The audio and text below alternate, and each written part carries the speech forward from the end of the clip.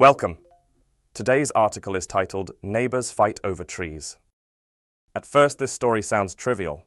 However, it reveals how small environmental issues can grow into serious conflicts in modern neighborhoods.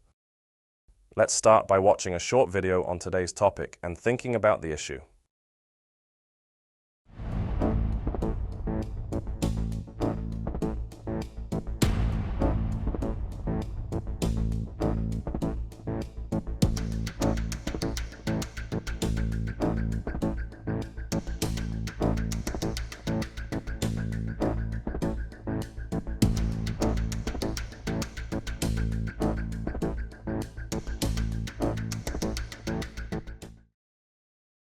What did you think? Now let's start with a similar case.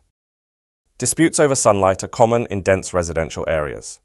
Tall buildings, fences, or trees often become sources of tension.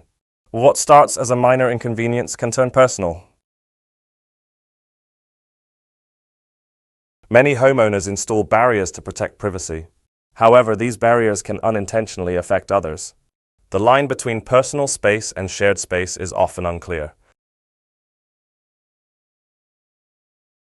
Neighborhood disputes frequently end up in legal systems. Noise, pets, parking, and vegetation are common triggers. Once laws are involved, emotions tend to intensify.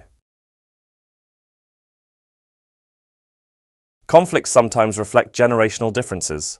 Older residents may value stability and privacy. Younger neighbors may prioritize openness and shared space. Issues like sunlight affect daily routines. They influence comfort, mood, and how people use their homes. Small environmental changes can feel deeply personal. Privacy in cities is always negotiated. What one person sees as protection, another sees as intrusion. Absolute privacy rarely exists in shared environments. Laws step in when communication fails.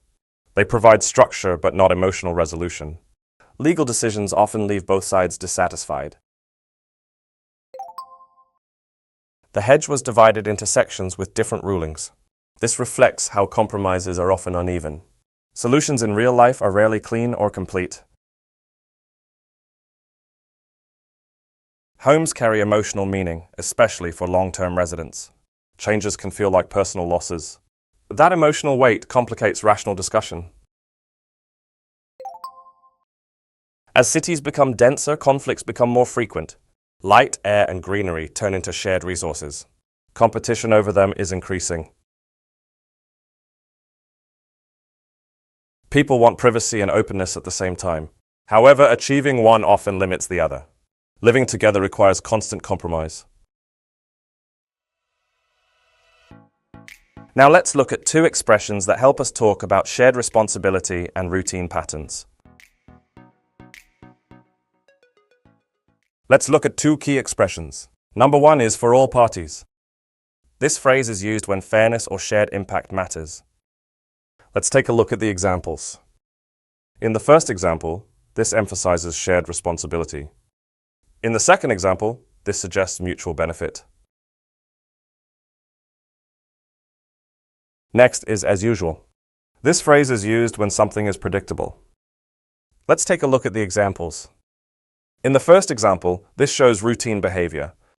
In the second example, this suggests a pattern. Now let's take a look at three vocabulary words related to neighborhood conflicts and environment. The word hedge. This word is used when talking about natural boundaries. In the example, this shows physical division. Trim. This word is used when maintaining plants or hair. In the example, this indicates maintenance. Stubborn. This word is used to describe persistent attitudes or behaviors. In the example, shows a stubborn attitude toward personal boundaries. Great work today. Today's article shows how everyday spaces can become battlegrounds. As cities grow closer together, negotiation becomes essential. As you read the full article, consider this question. What compromises are necessary to live well with others? See you in the next lesson.